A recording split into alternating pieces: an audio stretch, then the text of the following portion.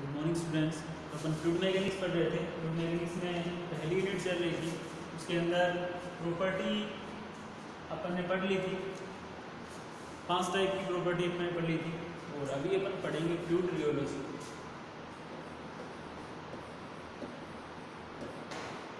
अभी प्रॉपर्टी अपने को और पढ़नी है, जैसे वेपर प्रेशर है, इसके अलावा सरफेस टेंशन है। तो 2-3 प्रॉपर्टी और पढ़नी है। उससे पहले अपन रियोलॉजी पढ़ लेते हैं। रियोलॉजी, इसको अपन फ्लूइड रियोलॉजी भी बोलते हैं। रियोलॉजी है क्या? देखो, अगर इसकी डेफिनेशन देखा जाए रियोलॉजी की, तो it is the branch of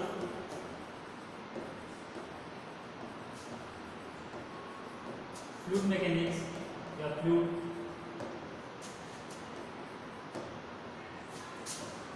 in which we study about behavior of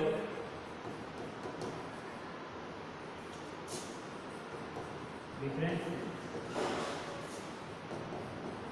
ऐसा ही बोल सकते हो, behaviour of different type of fluid.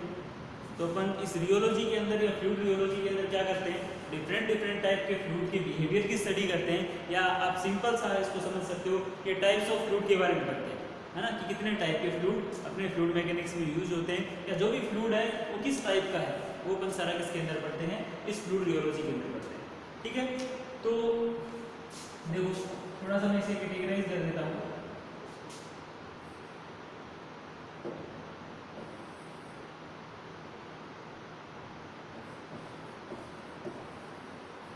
ये आपके पास रियोलॉजी कितने टाइप के फ्लूइड अपन इसके अंदर पढ़ेंगे वो मैं आपको बता देता हूँ। सबसे पहले आपका आइडियल फ्लूइड, नंबर सेकंड पे न्यूटोनियन फ्लूइड,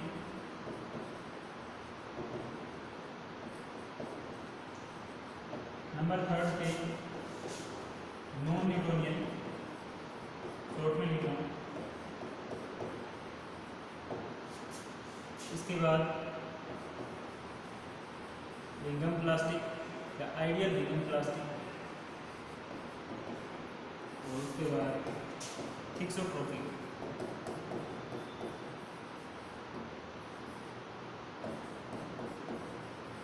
तो मेनली आप कितने टाइप के फ्लूइड पढ़ने हैं, जिसमें से ideal fluid, Newtonian fluid, non Newtonian, ideal रिंगम प्लास्टिक, और उसके बाद थिक्सोट्रोपिक फ्लूइड। अब जो ये नॉन न्यूटोनियन है, इसके अंदर 2 टाइप के होते हैं, एक आपका डाइलेटेंट और एक होता है सूडोप्लास्टिक।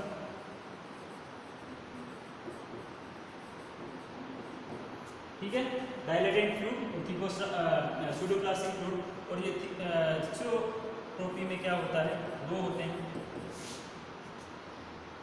एक होता है ग्रेड 1 और एक होता है ग्रेड 2।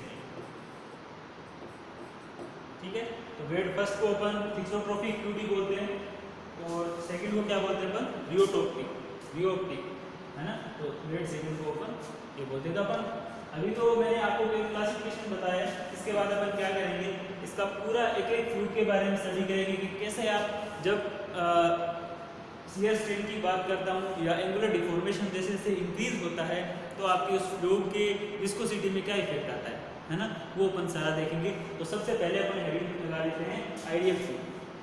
सबसे पहले क्या पढ़ेंगे अपन, आइडियल फ्लूइड के बारे में। तो देखो बच्चों, आइडियल फ्लूइड कौन सा,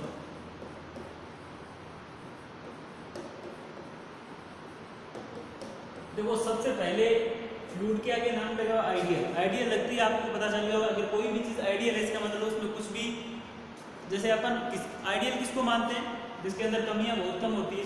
तो जैसे ही अगर इस आइडियल फ्लूइड की बात करूंगा, तो सबसे पहला जो फ्लूइड आइडियल की जो प्रॉपर्टी होगी वो क्या होगी, इनकम्प्रेसिबल।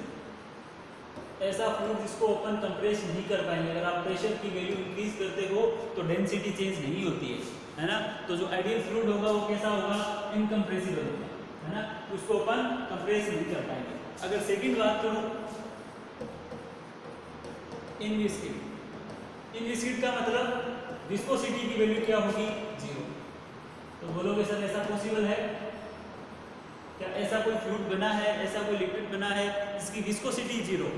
बिल्कुल नहीं बना, ऐसा फ्लूइड होता ही नहीं जिसकी विस्कोसिटी 0। लेकिन तभी तो मैंने बोला उस फ्लूइड का नाम क्या है, आइडियल फ्लूइड है ना। तो फ्लूइड कभी भी आइडियल होता ही नहीं है। अगर देखा जाए तो ऐसा आइडियल फ्लूइड आपको कभी मिलेगा नहीं, लेकिन कुछ स्टडी है जो आपको करनी होती है तो उस चीज़ को आप आइडियल मान के चलते हो, है ना। जैसे फ्लो है, फ्लो के बारे में बताऊंगा मैं। तो पहले इसके बारे में अगर थर्ड नंबर पे बात की जाए, पहली इनकम्प्रेसिबल हो गई, दूसरी इनडिस्क्रीट हो गई, तीसरा आपका नो सरफेस टेंशन, कोई भी सरफेस टेंशन फोर्स उसके ऊपर नहीं लगेगा। नंबर 4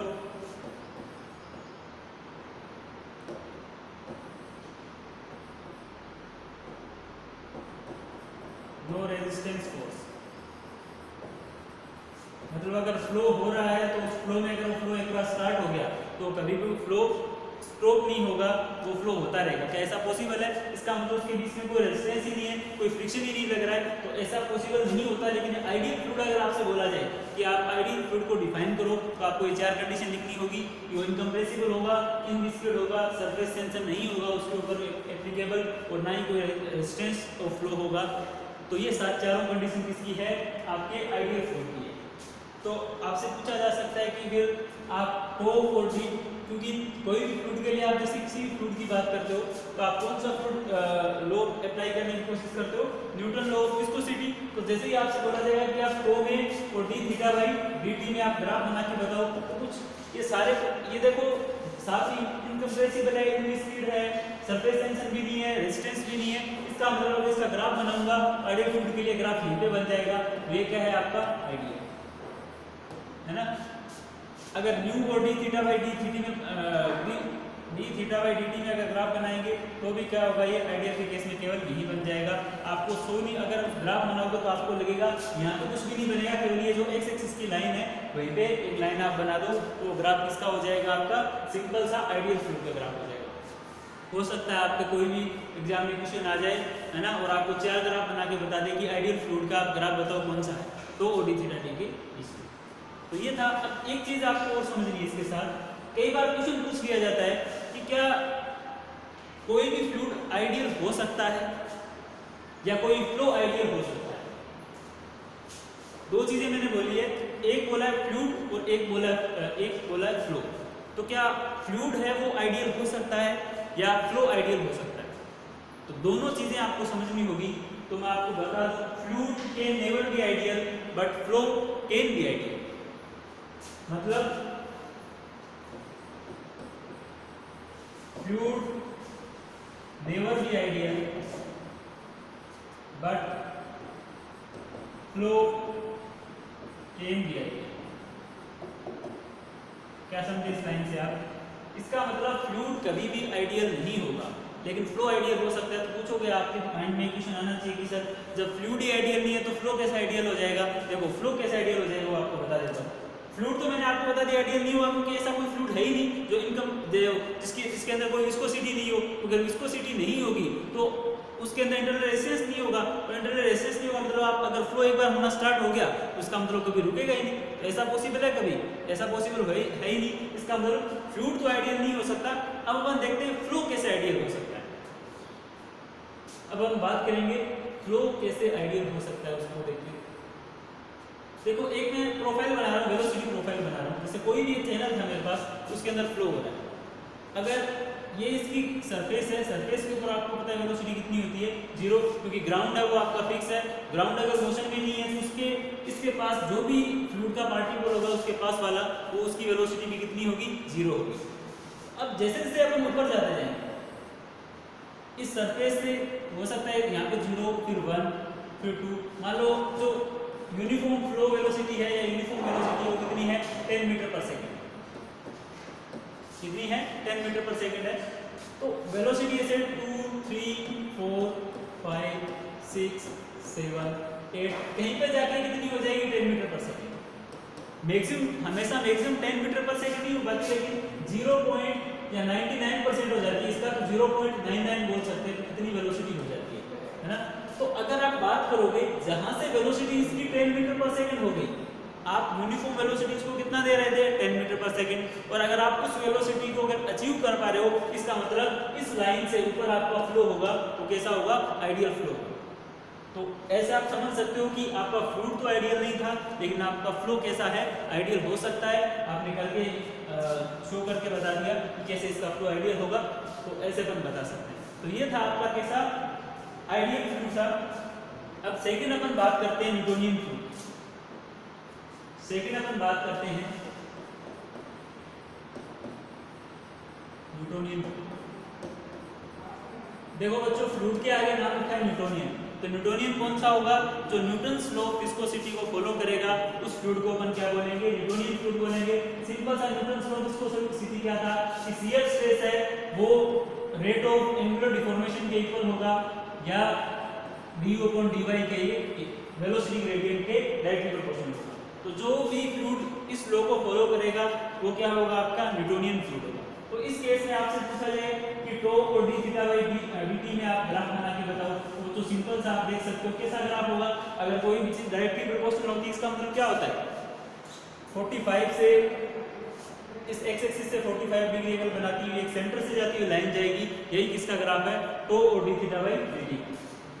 अगर आपसे बोले कि u और d थीटा बाई dt में ग्राफ बनाओ, u और d थीटा बाई dt में अगर ग्राफ बनाओगे तो कैसा ग्राफ बनेगा, ऐसा ग्राफ आपको मिलेगा। तो आपसे देखो हो सकता है थ्योरेटिकल कुछ पूछ ले, हो सकता है आपसे अगर MCQ होगा तो उसके अंदर आपसे न्यूमेरिकल में ग्राफ बना के पूछ ले, ये 4 ग्राफ दे दे कौन सा ग्राफ सही है, ये भी पूछ सकता है। तो आपको हर तरीके से इक्वेशन आना चाहिए। तो ये आपका क्या है, न्यूटोनियन फ्लूइड है। अब न्यूटोनियन फ्लूइड के एग्जांपल आपको पता होने चाहिए, जो भी जैसे एग्जांपल बताया जाए न्यूटोनियन फ्लूइड के,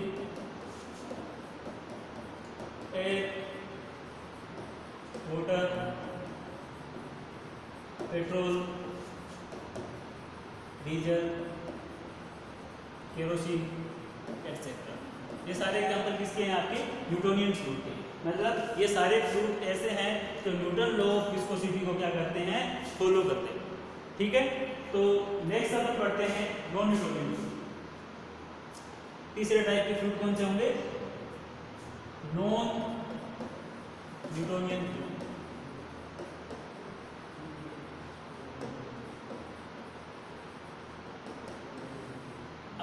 आप खुद बताइए नॉन न्यूटोनियन फ्लूइड कौन से होंगे, जो न्यूटन्स लॉ ऑफ विस्कोसिटी को फॉलो नहीं करते हैं। अब की बार मतलब ये आपका tau d theta by dt Newton's law of viscosity था, तो अब की बार ये इसको फॉलो नहीं करेगा। अब की बार टो डायरेक्टली प्रोपोर्शनल नहीं होगा जिसके d थीटा बाई dt के, इसके अलावा कुछ भी हो सकता है लेकिन डायरेक्टली प्रोपोर्शनल नहीं होगा। तो क्या मैं उसको ऐसा लिख सकता हूँ,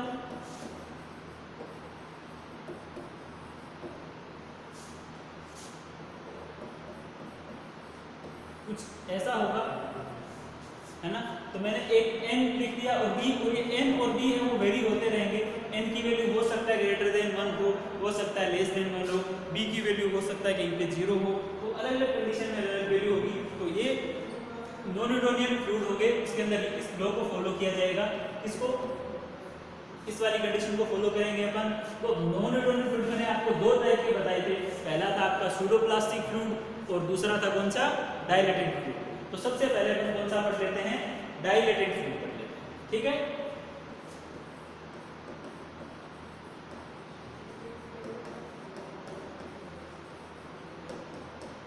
ये आपके पास है डाइलेटेंट। देखो इस केस में b आपका कितना होता है 0 और n की वैल्यू कितनी होती है ग्रेटर देन। तो आपको ध्यान रखना है कि अगर b की वैल्यू 0 हो और n की वैल्यू ग्रेटर देन 1 हो तो वो फ्लूइड कौन सा होगा, आपका डाइलेटेंट फ्लूइड होगा। और जनरली जैसे अपना अगर फ्लूइड मैकेनिक्स में बात करूं तो ये डाइलेटेंट फ्लूइड के केस में n की वैल्यू ग्रेटर देन 2 ही होती है ना। ग्रेटर देन 1 का मतलब अब अपन जनरली लिख लेते हैं कई बार, क्योंकि कंडीशन जब अपन बनाएंगे तो या तो ग्रेटर देन 1 या लेस देन 1, लेकिन जनरली अगर इसकी वैल्यू देखी जाए तो ये ग्रेटर देन 2 ही होती है। जैसे मान लो मिनिमम इसकी कितनी वैल्यू होगी, 3 वैल्यू होगी। ठीक है, तो आपके पास फॉर्मूला है ये, तो mu d theta by dt की वैल्यू की पावर n और b की वैल्यू कितनी है 0, तो tau equals to mu d theta by dt। क्या उसको ऐसा लिख सकता हूं मैं, देखिए एक बार बताना।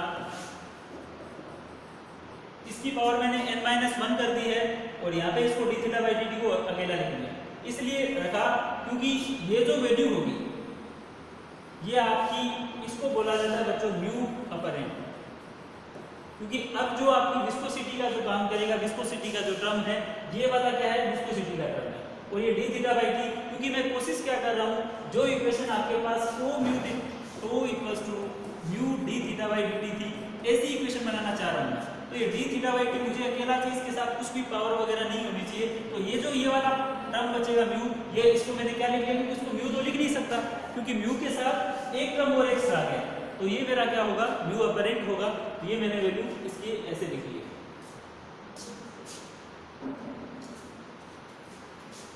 तो tau equals to mu apparent into d theta by d t, ठीक है। और म्यू अपरेंट किसके इक्वल है, mu into d theta by d t की पावर n माइनस, और आपको पता है कि n यहाँ पे जनरली क्या होगा, 2 से ज़्यादा होगा। अगर 2 से ज़्यादा होगा तो मैं यहाँ पे वैल्यू रख के देखता हूँ, 2 से ज़्यादा मान लो 3 रख लूँगा n की इक्वल टू, जैसे मैंने n की वैल्यू 3 रखी, देखो अगर आप दो तरीके से पढ़ सकते हो, एक तरीका ये है कि आप डायरेक्ट इसका जो ग्राफ है वो याद कर लो, कि भाई आपने देखा होगा बुक्स में भोजिंगा आपको ऐसा ग्राफ दिखेगा, और मैं आपको ये बताने की कोशिश कर रहा हूँ कि ग्राफ आया कैसे, जिससे आपको रटना ना पड़े कि ग्राफ बना कैसे है, या आपको आना चाहिए, बनाना आना चाहिए, उसके बाद आप शॉर्ट में इसको रट सकते हो, कोई बात नहीं, आप याद रख सकते हो, लेकिन एक बार अगर आप कर लोगे तो आपको इसको रटने की जरूरत नहीं पड़ेगी।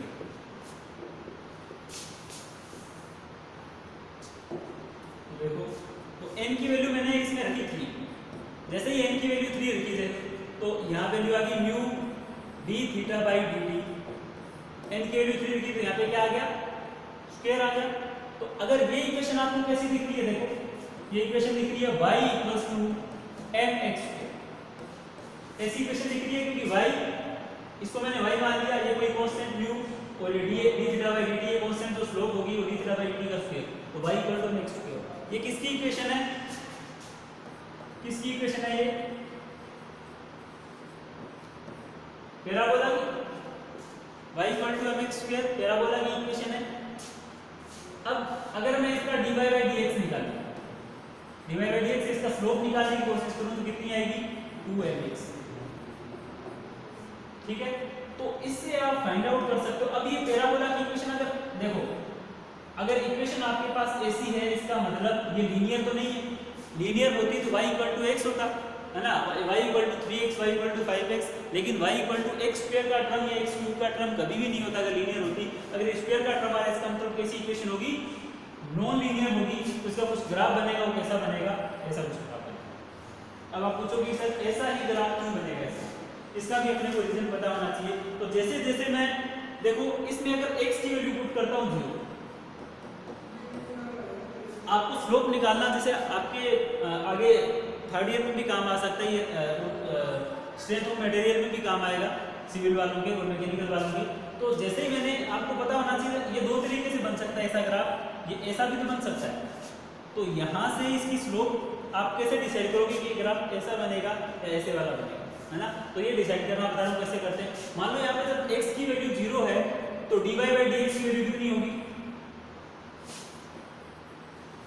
dy बाई dx होता क्या है, tan थीटा, क्योंकि स्लोप की बात कर रहा हूँ, तो tan थीटा की वैल्यू भी कितनी होगी, 0, ठीक है। इसका मतलब अगर tan थीटा 0 है तो 0 इसका मतलब स्टार्ट की वैल्यू 0 हो रही है तो ग्राफ ऐसा बनेगा, क्योंकि अगर स्टार्ट की वैल्यू 0 नहीं होती, अगर इनफाइनाइट होती तो ग्राफ कुछ ऐसा बनता है ना। पर अगर मैं यहाँ पे x की वैल्यू इनफाइनाइट पुट करता हूँ, है ना, तो tan थीटा की वैल्यू कितनी होगी, tan थीटा कितना होगा, यहाँ पे थीटा कितना हो जाएगा, 90 हो जाएगा। तो 90 देखो यहाँ पे जाके किसकी तरफ हो रहा है, 90 की तरफ हो रहा है, और यहाँ पे क्या हो रहा है, 0। तो आपको ग्राफ कैसा मिलेगा, यहाँ से 0 से स्टार्ट होते हुए ये मैक्सिमम, है ना। तो ये आपको ध्यान रखना है कि ग्राफ कैसे, इसका ग्राफ ऐसे बना, आप जल्दी से ये मत बना के आ जाना, अगर ये बना के आ जाओगे तो ग्राफ गलत होगा, ठीक है। तो आपको पता चला कि ग्राफ कुछ ऐसा बनेगा। अब अगर इसका देखें अपन, ये किस किस के बीच में ग्राफ है, म्यू और D theta by d T. अब सेम आप ऐसे किसके बीच में ग्राफ बना सकते हो, तो और D theta by d T के बीच में भी ग्राफ बना सकते हो। तो कुछ ऐसा ग्राफ आपको मिल जाएगा। ठीक है। और न्यूटोनियन फ्लूइड का कैसा बना था आपको, ऐसा ग्राफ। तो ये आपका ग्राफ किसका है, डाइलेटेड फ्लूइड का ग्राफ है। अब इसके एग्जांपल आपसे पूछे जा सकते हैं कि आप डाइलेटेड फ्लूइड के एग्जांपल बताओ। तो एग्जांपल आपको बता देता हूँ, हनी, बटर, और इसके अलावा concentrated solution of sugar, rice starch, ये सारे किसके एग्जांपल है, आपके डाइलेटेड फ्लूइड के एग्जांपल। ठीक है। तो दो तीन आपको याद होने चाहिए, सारे जरूरी नहीं है।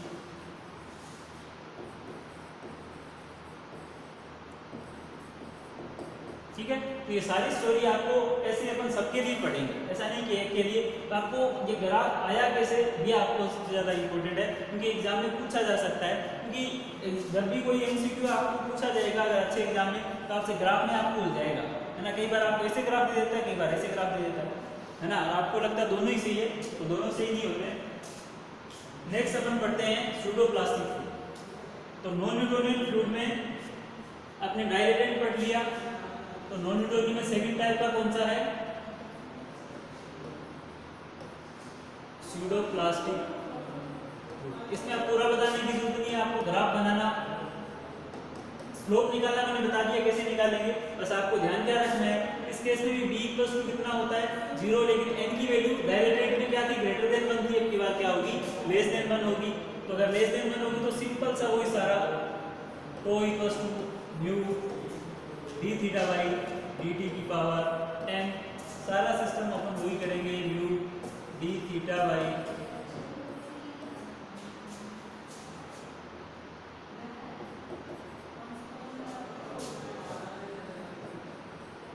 और ये आपका आपकी बात क्या हो जाएगा, म्यू अपरेंट हो जाएगा।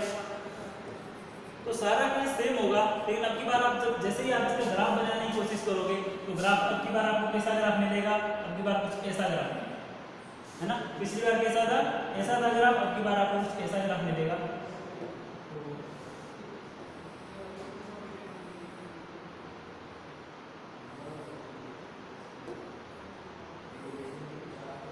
ये लाइन यहाँ से होगी, है ना, कुछ ऐसा ग्राफ आपको मिलेगा, तो आपको ध्यान में रखना है। और इसके अगर एग्जांपल की बात करें अपन, तो इसके एग्जांपल होंगे ब्लड, इंक,